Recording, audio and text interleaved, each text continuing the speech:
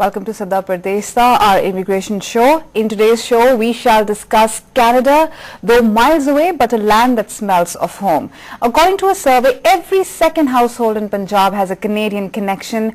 Now, that might be in person or in dreams. In today's segment, we have with us from High Commission of Canada, Sidney Frank, who is Minister Immigration for India, Nepal and Bhutan. He's here to discuss the nitty-gritties of what all is needed to fly to the country of your dreams, Canada, a country that rightfully houses a significant part of Punjab. Welcome to our studios, Mr. Frank. Thank you, Jocelyn. I'm very happy to be here today. We as well. I mean, let's begin. I want to begin with the students over here because there are many students who watch this show because we, our major part of the discussion on this show are, that is part of, we discuss about study visas. So, if I ask you about Canada, what kind of facilities, opportunities does Canada offer to the students who wish to go and study in Canada? We think Canada has a lot to offer to Indian students. We have low tuition rates compared to our competitors to the south. We have excellent schools. We're aware that there are excellent students in India who may have difficulty getting into the best Indian schools, and we say try Canada, apply to Canadian schools. Canadian schools are happy to have you. Think of us. Sometimes we feel that students don't think of Canada, and we say you really should think of Canada. How easy or difficult it is to apply for any student who wish to study in Canada? We like to think it's quite easy. We have all of our information online. It's readily available. Good students, I think, are familiar with the internet. They are wired. They're online. They should be able to find the information. I can even give the website, www.cic.gc.ca. Lots of information on what's required to get a student visa. Genuine students whose families can afford to send them to Canada should have no difficulty getting a student visa. When you say genuine student, who according to you is a genuine student, apart from having the right number of finances to support their child in a foreign land?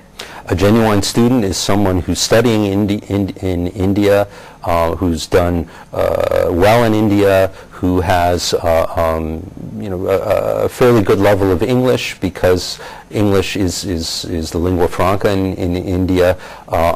It seems reasonable that anybody who is a good student here can speak English fairly well. There are many students here who have good transcripts. They've done well in school. Those are the kind of people that we want in Canada, whether it's to study at the college level or at the university level. Please come, apply. What kind of experience you have so far as far as study visas are concerned? I mean, there are, from this region itself, if we talk about, there's so many Punjabis students who want to go abroad, and Canada is a golden name for them, and that's the only destination they can actually dream about or think about or talk about. So what kind of experience you have till now? What kind of students you have actually seen reaching Canada on study basis? We've had rather dramatic increases in the number of visas that we've issued to students over the past 3 or 4 years. Many years ago, we were only issuing about 3,000 study permits. Last year, it was over 12,000 study permits that we issued. We have the Student Partner Program, the SPP program, that I think a lot of people are familiar with. That's right. It focuses on colleges. We have criteria for participating in that program. For example, a minimum English level using the IELTS test results. We've seen an increase in students for that type of program. We've seen less of an increase for university students, and I think that there's a lot of potential for Indian students to try Canada. Students who why do you think that there is a drop in students getting into the universities in Canada, and more students are opting for SPP? There hasn't been a drop. There just hasn't been the same kind of increases for universities, people applying to study in universities in Canada. I think in part it's because people may not be aware that Canada has high quality institutions, certainly of the same caliber of American institutions. They're not aware that the tuition rates are much cheaper and that you can get a very good education in the United States. Than in the United States. And I think that Canada is perhaps a more welcoming country to international students than the United States might be, and our cities are safer and cleaner, quieter. Why there was a need to start the SPP for students at the first place?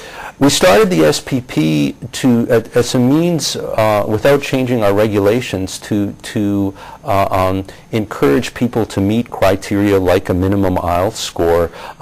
We also looked at using bank loans. It was simplifying the program and giving us more information and documentation that told us that the students were genuine.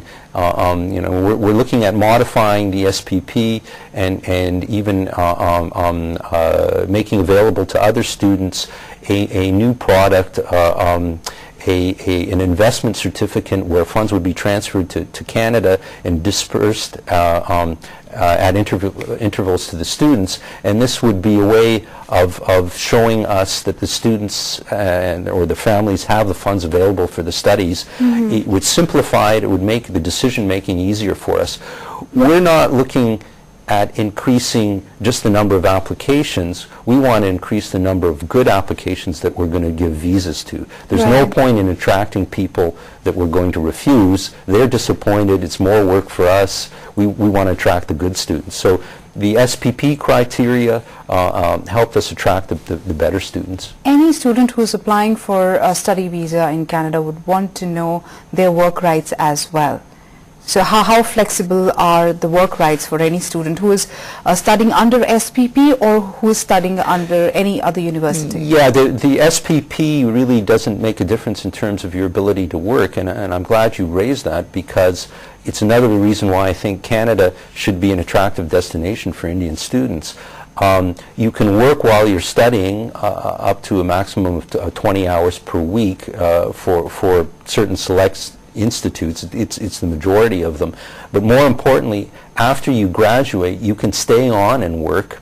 And if you've studied in Canada and worked in Canada, you may then qualify for as an immigrant to Canada under our skilled worker program. We have the Canada Experience category that enables you to do that from within Canada. You don't have to leave.